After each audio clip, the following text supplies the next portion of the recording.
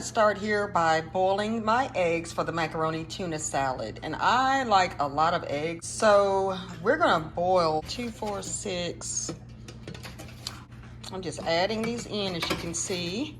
And we're gonna get these babies boiling and get them out the way. So what do we have? 2, 4, 6, 8.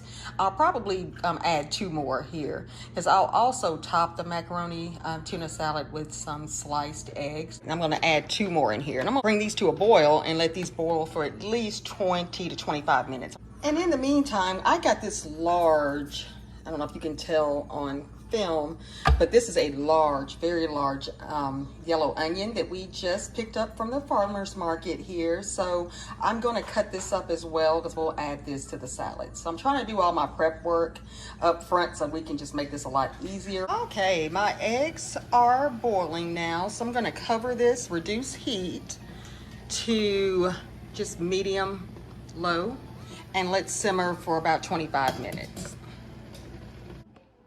She calls herself helping me here. She knows I'm making this macaroni tuna salad, and she already wants some, even though she can't have it. Layla, say hello.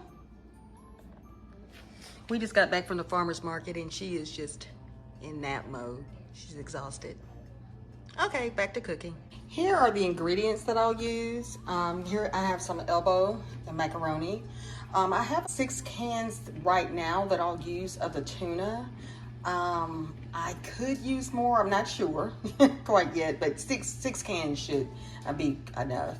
Sandwich spread, which is very important for this recipe. I know some people use just the Dukes mayonnaise or mayonnaise of choice, but sandwich spread is a must. We grew up on this. My mom made it this way, so I had to go to Walmart and hunt this down. Publix does not have it here, so that's a must. It just makes it just really pop.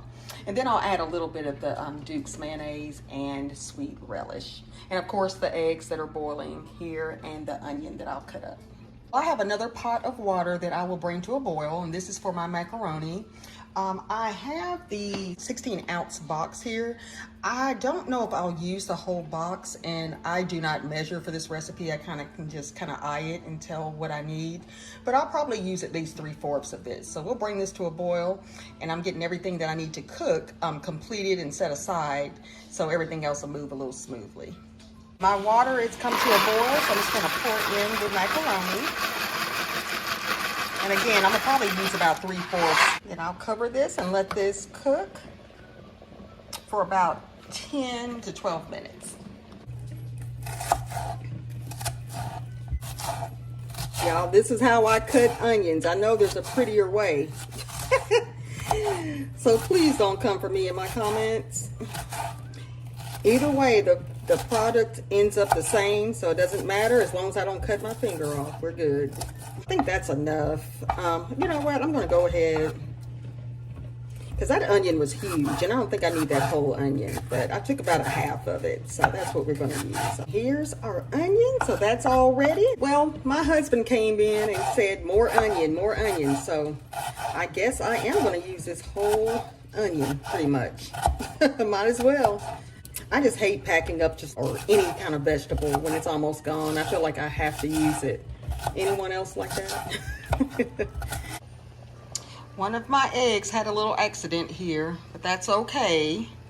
It'll taste the same. I just take them out, cool this. I'll pour cold water over these once I drain the water and let them just kind of sit for about 15 minutes. Then I will chop the eggs up.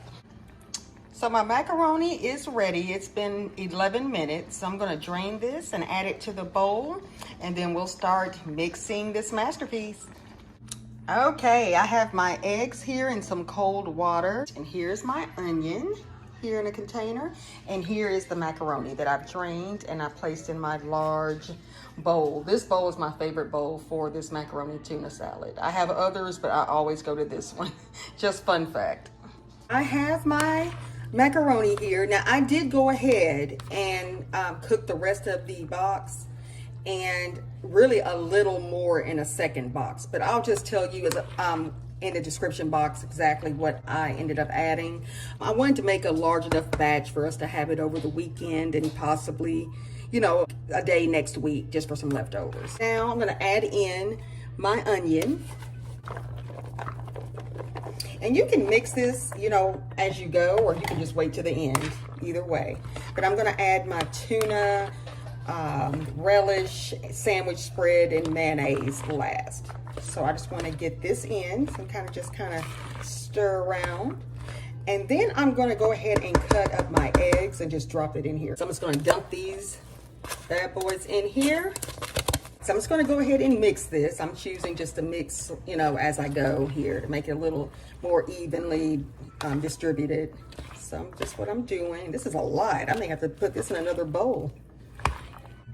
Okay, I have drained my 6 cans of tuna. And you can use albacore, or you can just use any kind of tuna you wish to use, but this is what we have. So I've drained, and we're gonna add this to the dish.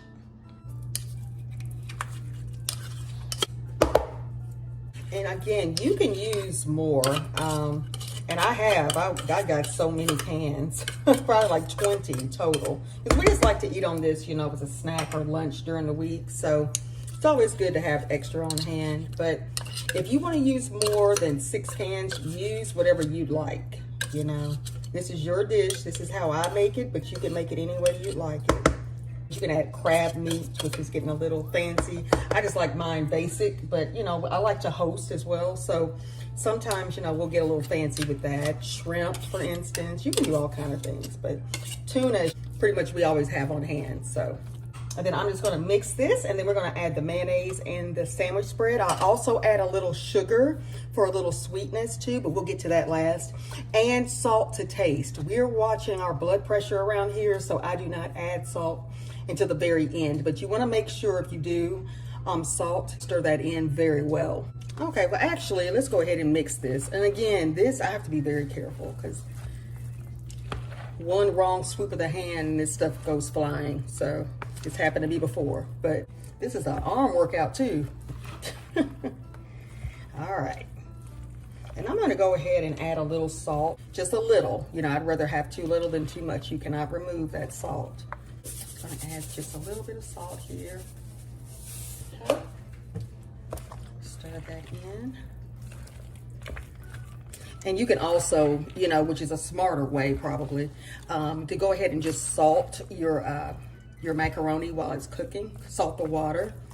I didn't do that, which that probably is the best way. I recommend you doing that. All right, so I'm gonna now add in some relish. Now again, I do not measure. So it's kind of like, oh goodness, my husband loves relish. So I'm just I don't know if you can see that.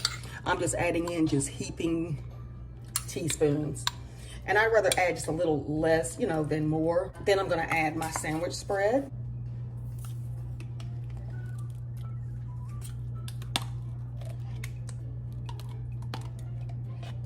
So I will again list the approximations in the description box. So I'm gonna go ahead and just stir this in. So I wanna see, you know, if this is gonna be enough or if I need to add more. This is such a big batch to where I probably will add more, but I'm also adding in mayonnaise. All right, now I'm just gonna mix as much as I can, just kind of get it through there. You wanna make sure the macaroni is coated very well. I think I'm gonna add some more though. And I may end up adding more tuna. I don't know, we'll see. Now then I'm gonna add in some of my Dukes mayonnaise.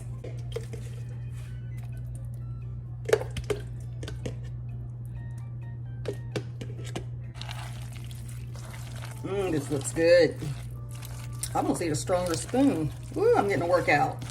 I'm gonna add a little sugar, as I stated, and some paprika. All right, I'm just gonna add some paprika.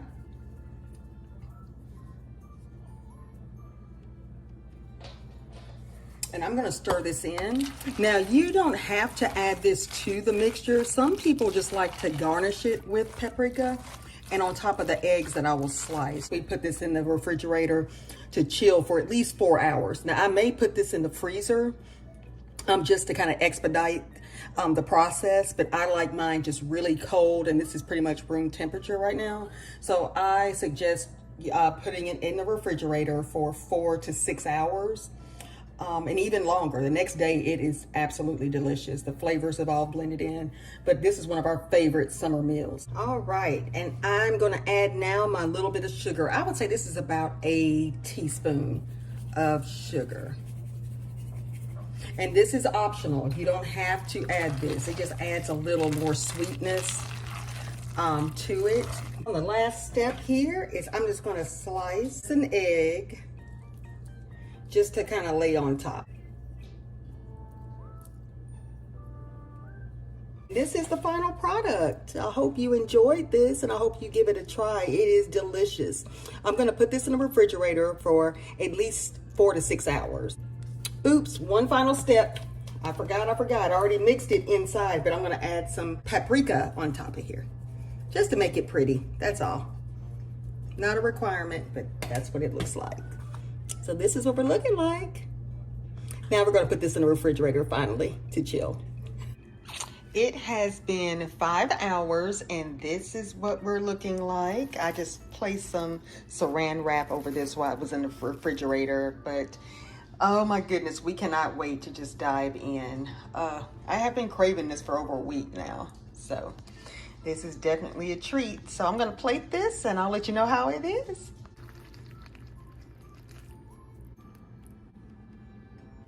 Alrighty, I have my plate here. We're gonna take a bite and I'll let you know if I need anything else added. Looks yummy.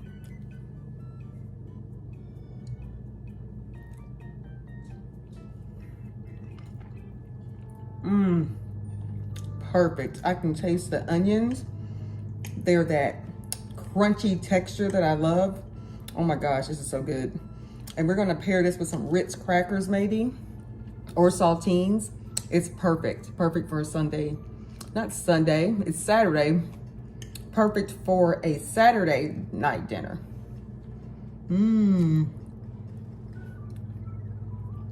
Thank you so much for watching today, and I appreciate your support more than you'll ever know. Until next time, have a great weekend. Bye-bye.